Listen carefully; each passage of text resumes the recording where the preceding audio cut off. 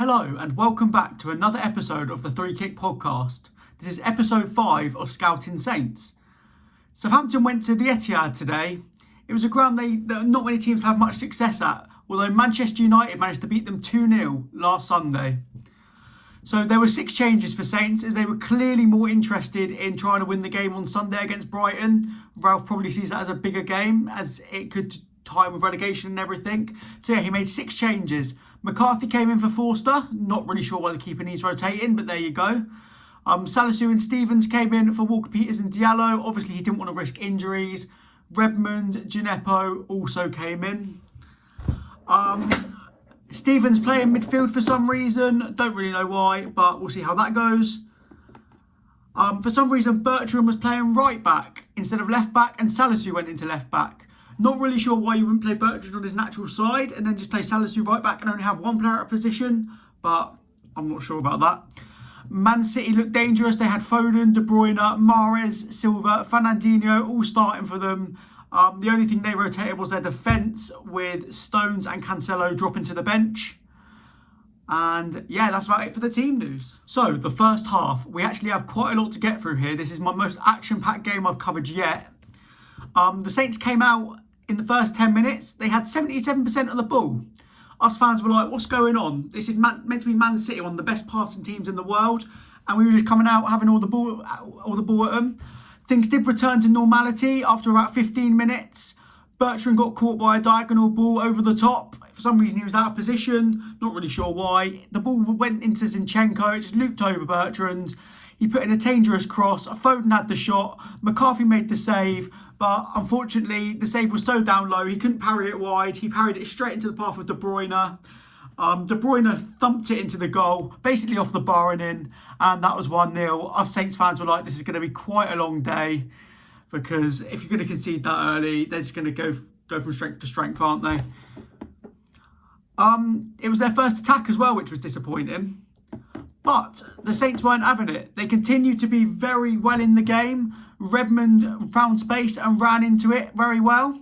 He kept running forward. He took out a couple of defenders and he aimed for the bottom right-hand corner. Edison made a good save. The ball went out for a corner. Good intent from Saints. So, from the resulting corner, Ward-Prowse whipped in one of his delicious set pieces onto the head of Yannick Vestergaard. He headed the ball towards goal. It was near Edison. He made a good save, parried it out. But the ref judged that Laporte had decided to play rugby and he had fouled Vestergaard. He was all over him, dragging him, pulling him back. Gineppo knew it, he stopped playing and the ref gave the penalty. City weren't happy about this, but they had to deal with it. Ward-Prowse took the penalty. He's just quite a good penalty taker, and he slotted it down the middle. Edison dived to his right, Ward-Prowse his left, and that was 1-1. The Saints were back in the game. So, the next thing that happened, on 31 minutes, the ball was passed back to McCarthy. For some reason, he decided to try and take a touch. He slipped up. Foden nipped in ahead of him. McCarthy took Foden down. He didn't go down, but he sliced Foden. He tried to stay on his feet. VAR checked it, and the ref didn't give a penalty. Honestly, I think Foden staying on his feet was the reason he didn't get the penalty. If he'd have gone down, he'd have got it. So fair play to him, but it's not really a way to cut diving out the game. If you want to cut diving out the game, you need to see these decisions and you need to give the penalties, even when players stay on their feet, to be honest.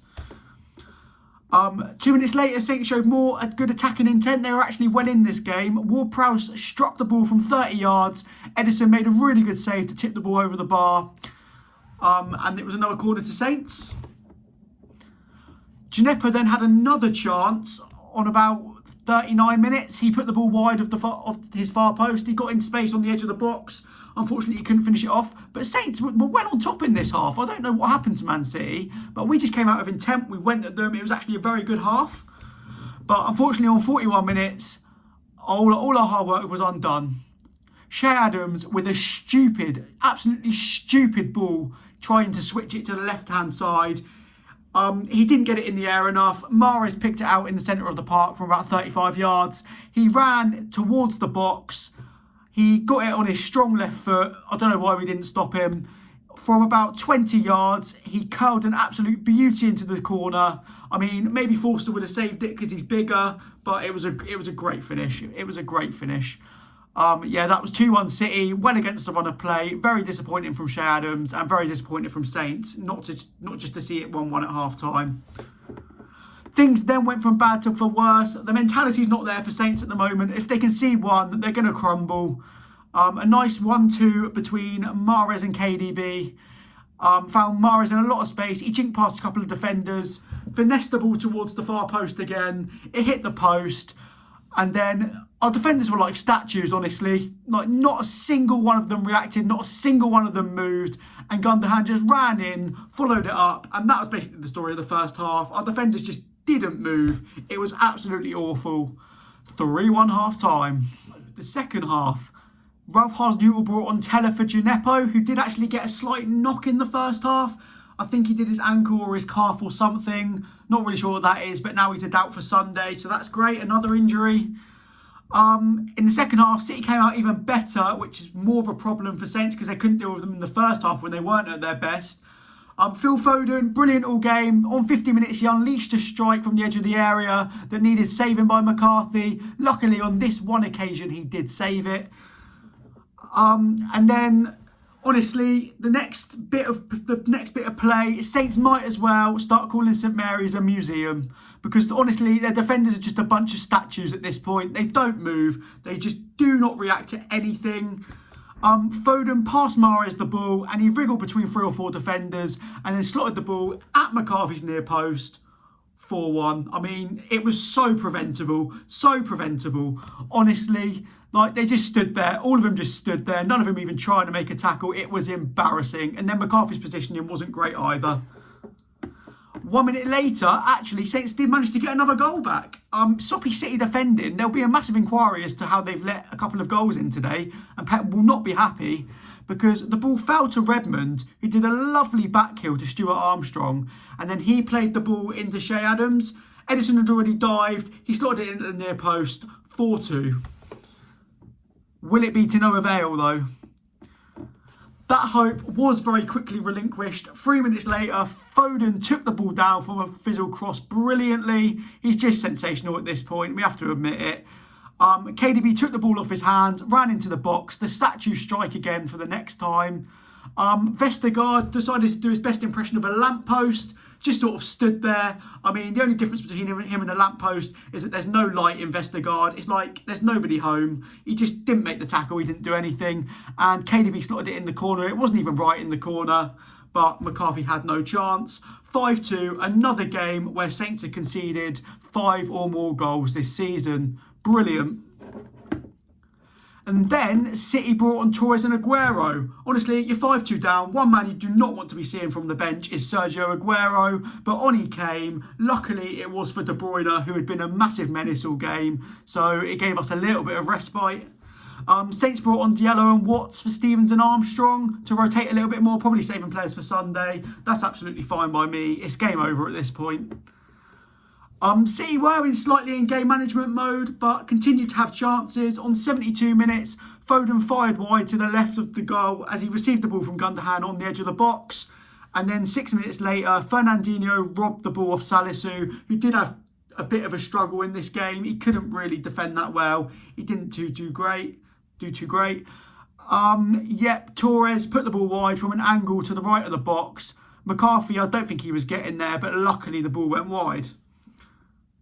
Then Mendy came on for I can't even say his name. Zinchenko. Fernandinho was booked as he tripped Teller. I mean, is he even playing for Man City if he doesn't get himself a tactical foul whenever he does play? So 82 minutes, that foul did come. We were wondering whether it would. Of course it did. Then on 85 minutes, Saints actually scored again. Ward-Prowse, who was excellent today, took the ball off the City midfield, drove forward, played a ball to Shea Adams. It looked a good ball. He finessed the ball right in Edison's bottom right corner. Brilliant from Shea Adams. He was offside. He was miles offside, unfortunately, but it would have been a good goal otherwise. City did have a couple more chances. Gundogan picked out Silva to the left of the 18-yard box, but he drilled his shot wide, and then Foden sent Aguero through in the final minute. His shot was saved by McCarthy. It was pretty near him. It went out for a corner, but before they could take the corner, the ref took pity on us and blew the full-time whistle. Thank you, ref. 5-2 full-time. So, the talking points. Well, we must start with the lineup. Obviously, Ralph saw Brighton as a must-win game Sunday. He's rotated players, 6 changes. It was always going to be a struggle to defend today. We actually attacked surprisingly well, considering. But yeah, defensively poor. Was Forster dropped just to preserve confidence? Obviously, Forster is a confidence goalkeeper. Maybe Ralph did see us conceding a few today. Obviously not the right mentality, but he's taken Forster out the firing line so he can maintain his confidence. Honestly, don't think we lose 5-2 if Forster's in goal. So maybe that wasn't the best decision, but he's putting the player first, which could be a good thing. The importance of Kyle Walker-Peters. We concede so much more when he's injured or when he's rested. Honestly, the crucialness of Kyle Walker-Peters is massive. He glues that back four together. We don't have another right back. So obviously when he's not playing, there's always someone out of position that plays there. That always shows. Every time it shows. We need Kyle Walker-Peters fit for the rest of the season. And then we need to sign a backup right back next season just to make sure we're okay. Stevens playing midfield. I really don't know about this one. Like, he did drop back in defence at times, which I think he was meant to. But a lot of the time he was playing midfield. Obviously good passing, but he does get caught in possession a lot, which was the reason he was dropped the first time. Like, I don't know if that one worked. Diallo came on. It was so much better when Diallo came on 70 minutes. So I don't know if Ralph will be trying that one again, to be honest. Ryan Bertrand on the right. Again, not really sure why he wouldn't play his natural position. I touched on it earlier. Bertrand to the left, and then Salisu playing right back would have been a lot better. And Vestergaard and Bednarek struggling. Honestly, they're the equivalent of trees sometimes.